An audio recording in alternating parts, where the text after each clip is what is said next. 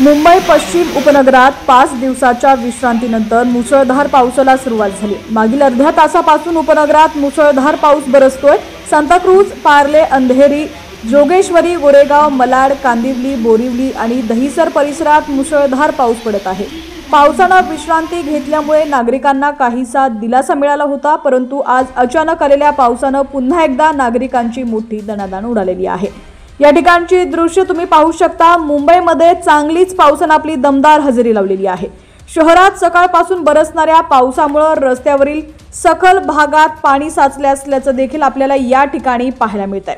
संपूर्ण बातमी पाहूया त्याआधी तुम्ही HPN मराठी न्यूज चॅनल पहिल्यांदाच पाहत असाल आणि अजूनही चॅनलला सबस्क्राइब केलं नसेल तर नक्की सबस्क्राइब करा, जेणेकरून आमचे अपडेट्स लवकरात लवकर तुमच्यापर्यंत पोहोचतील।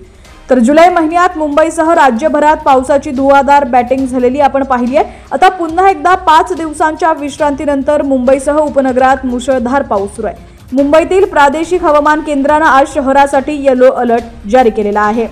हवामान खात्याने पालघर आणि ठाण्यात मुसळधार पावसाचा येलो अलर्ट जारी केलाय। अतिवृष्टीचा इशारा असलेल्या इतर जिल्ह्यांमध्ये धुळे, नंदुरबार, जळगाव, नाशिक, अहमदनगर आणि कोल्हापूर यांचा समावेश आहे। पुणे आणि साताऱ्यात अतिमुसळधार पावसाचा रेड अलर्ट जारी करण्यात आलाय। यापूर्वी IMDने महाराष्ट्रातील काही जिल्ह्यांसाठी पावसाचा इशारा दिला होता। पुढील 3 ते 4 तासात पालघर, नाशिक, धुळे, नंदुरबार, कोल्हापूर आणि सिंधुदुर्ग जिल्ह्यातील काही ठिकाणी मध्यम स्वरूपाचा पाऊस पडण्याची शक्यता वर्तवण्यात आली होती।